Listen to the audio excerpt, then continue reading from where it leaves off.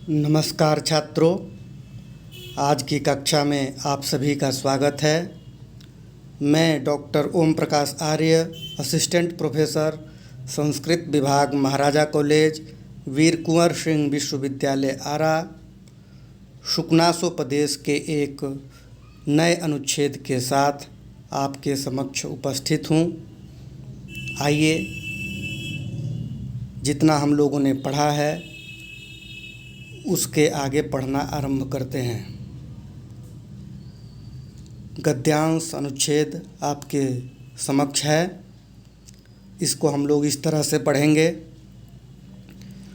गुरूपदेशश्च नाम पुरुषाणाम अखिल मल प्रक्षालन क्षमम अजल स्नानम अनुपजात पलितादि वैरूप्यम अजरम वृद्धत्वम अनारोपित मेदो दोषम गुरुकरणम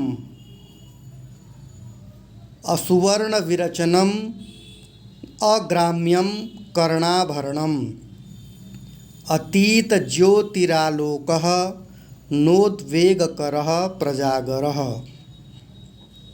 एक बार पुनः देखें।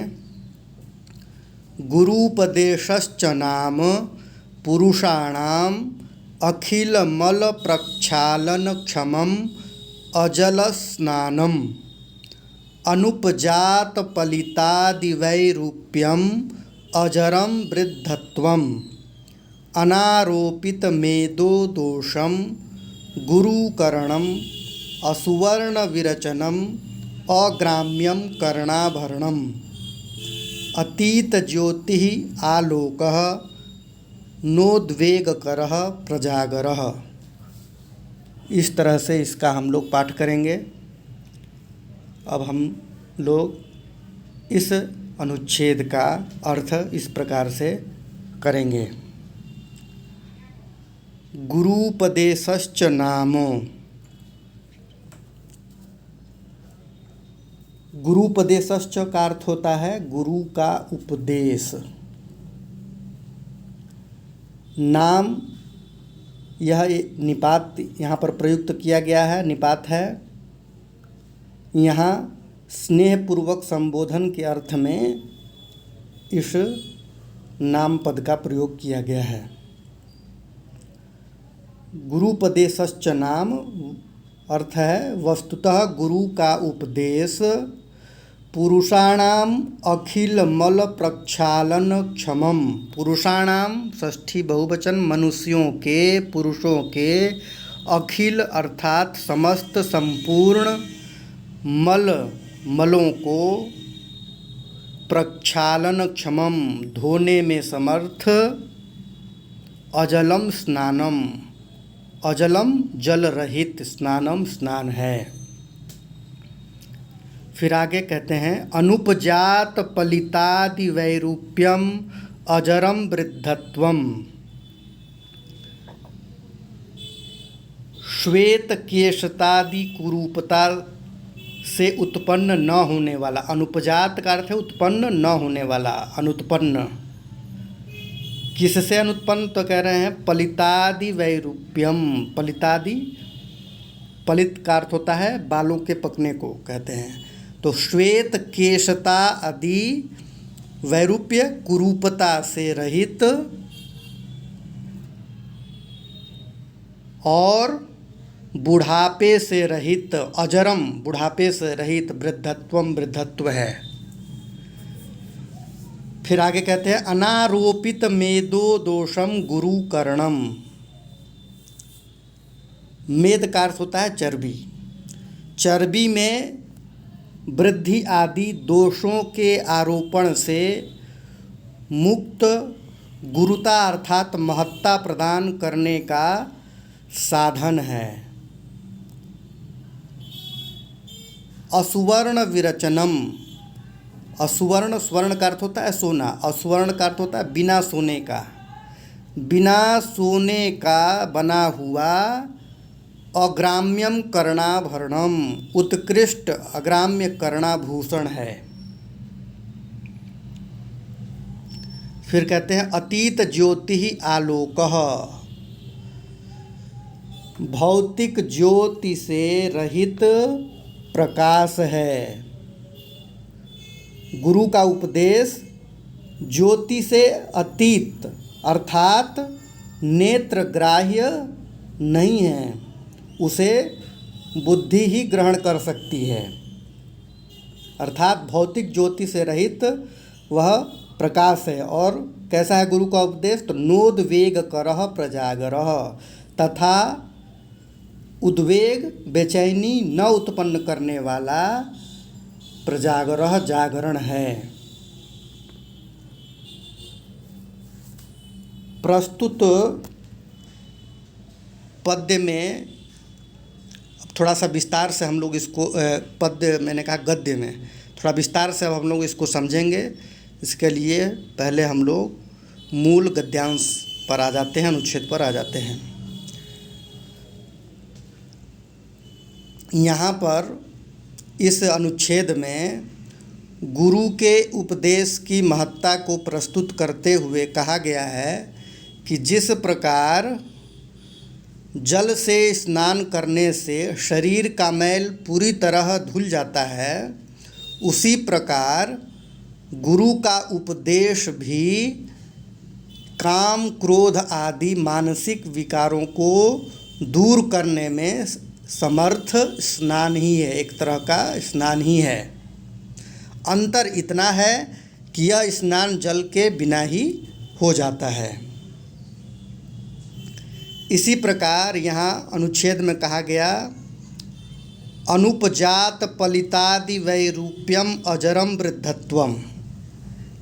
इसका अभिप्राय यह है कि सामान्य रूप से बाल पक जाने पर, शरीर में झुर्रियाँ पड़ने पर तथा अंगों के शिथिल हो जाने पर व्यक्ति वृद्ध समझा जाता है, किंतु कवि का कहना है किंतु गुरु का उपदेश शांति एवं सद असद विवेक को प्रदान करने के कारण ऐसा वृद्धत्व है, बड़प्पन है, जिसमें बालों का सफ़ेद होना आदि विकार नहीं आते हैं और न ही शरीर में किसी प्रकार की जीर्णता ही आती है।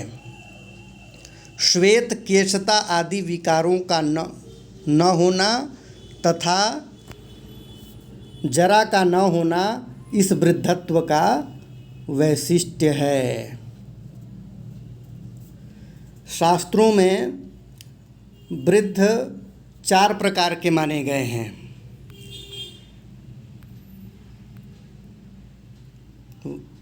नंबर 1 वयोवृद्ध, दूसरा ज्ञानवृद्ध, तीसरा है धर्मवृद्ध और चौथा है तपोवृद्ध। ये 4 प्रकार के वृद्धों का वर्णन शास्त्रों में आता है। इन चारों में वयोवृद्ध अर्थात आयु में जो बूढ़ा होता है उसकी अपेक्षा अन्य 3 प्रकार के जो वृद्ध हैं वे अधिक पूज्य व प्रतिष्ठित माने गए हैं।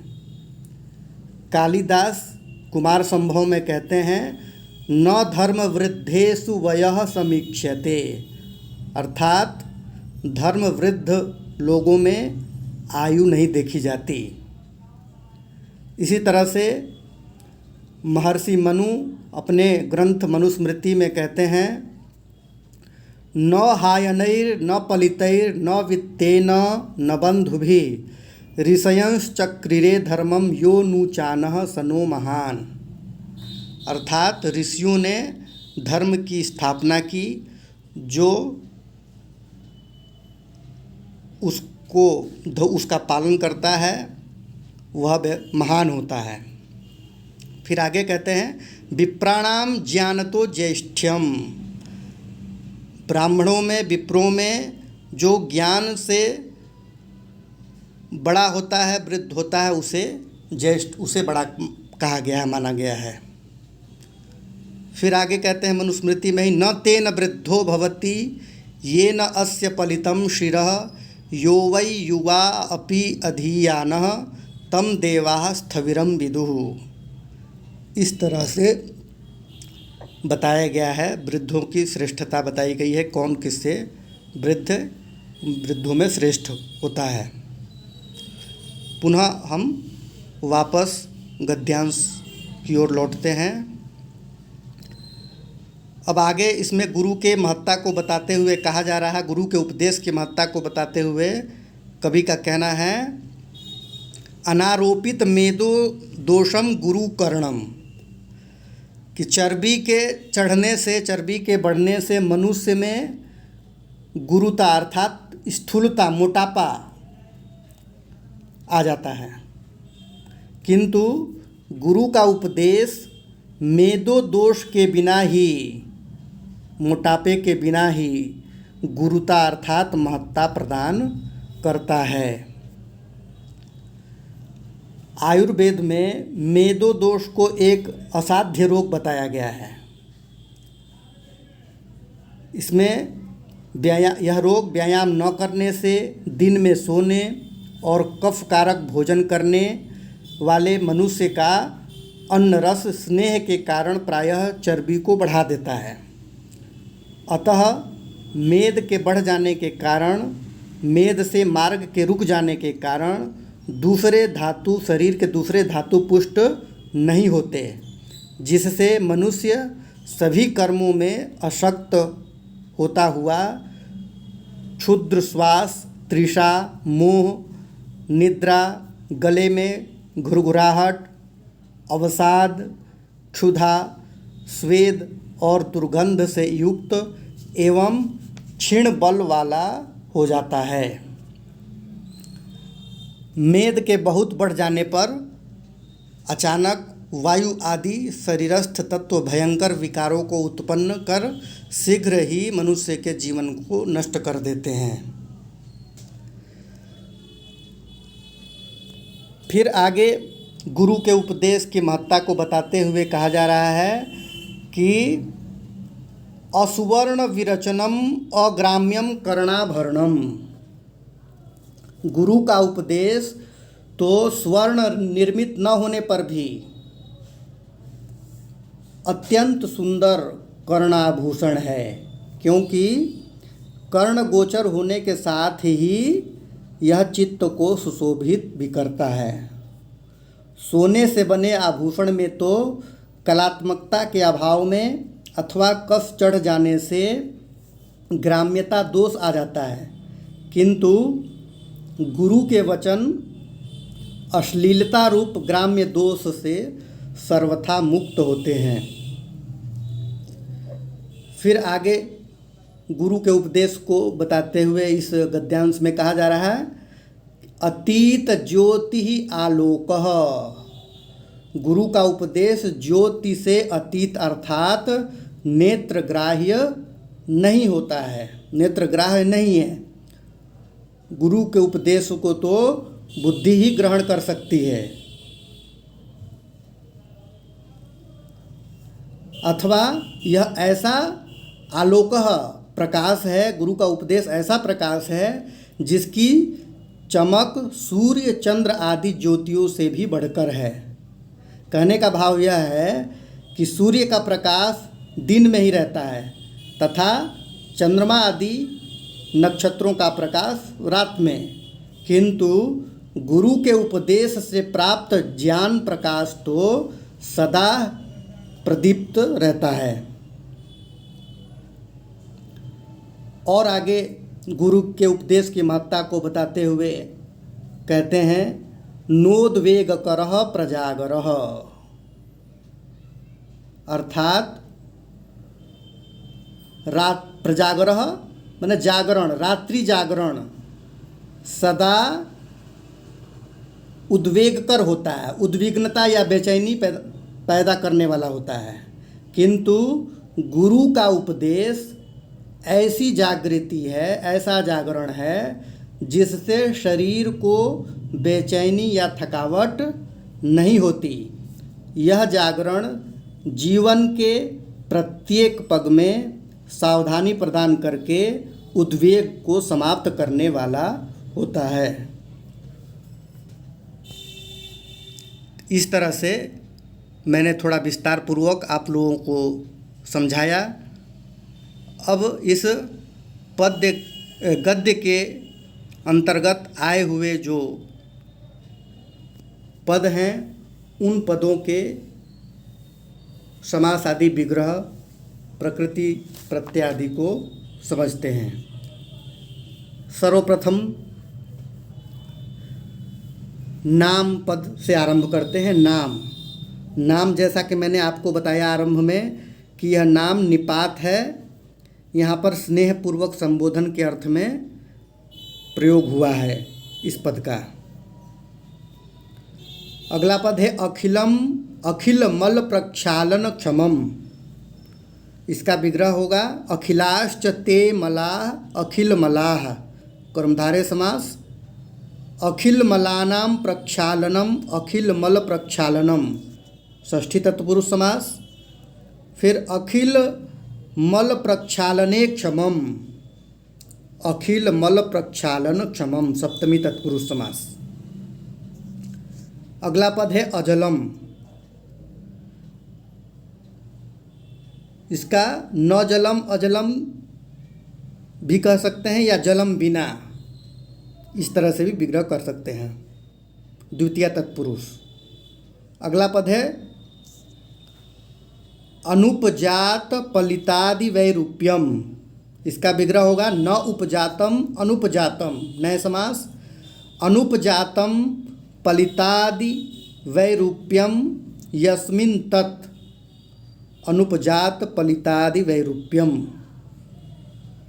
बहुव्रीहि समास।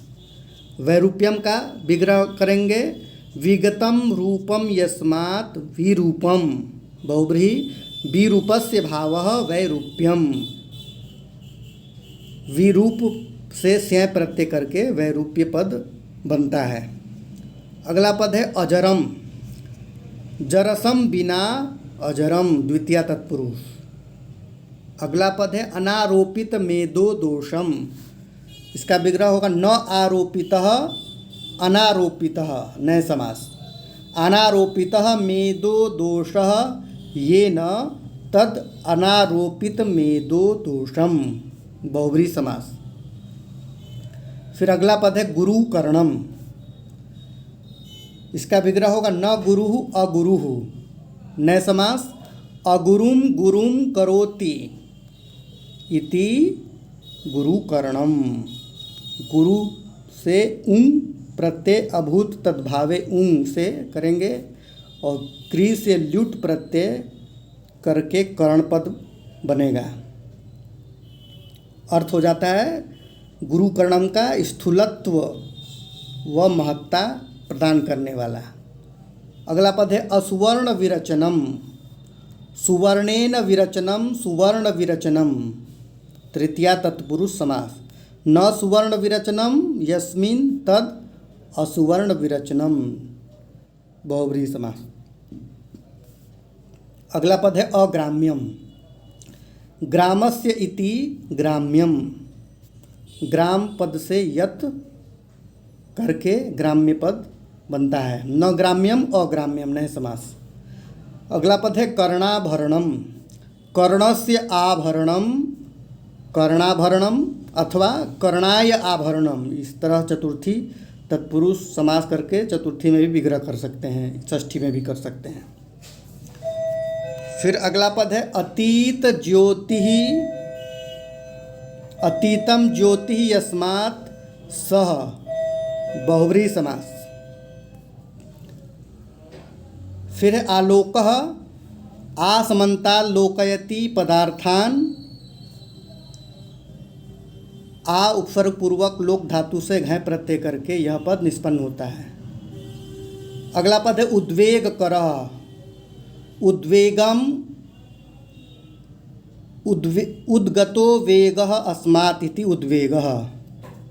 उत उपसर्ग पूर्वक विज धातु से घय प्रत्यय करके यह पद निष्पन्न होता है। उद्वेगम करोति उद्वेगः, क्री धातु से क करके करह पद बनता है। युगुपद ज्ञापिरी किरह कह सूत्र से क होता है। फिर अंतिम पद है प्रजागरः, प्रकृष्टः जागरः, प्रजागरः, प्र उपसर्ग पूर्वक जागृत धातु से अप्रत्यय करके यह पद निष्पन्न होता है। इसका अर्थ होता है निद्रा का अभाव, सावधानी। इस प्रकार से आप लोगों ने ध्यानपूर्वक सुना, समझा, इसके लिए आप सभी को धन्यवाद। अब आज का पाठ यहीं समाप्त होता है। पुनः अगले पाठ के साथ आपसे मुलाकात होगी। तब तक के लिए आप सबका धन्यवाद।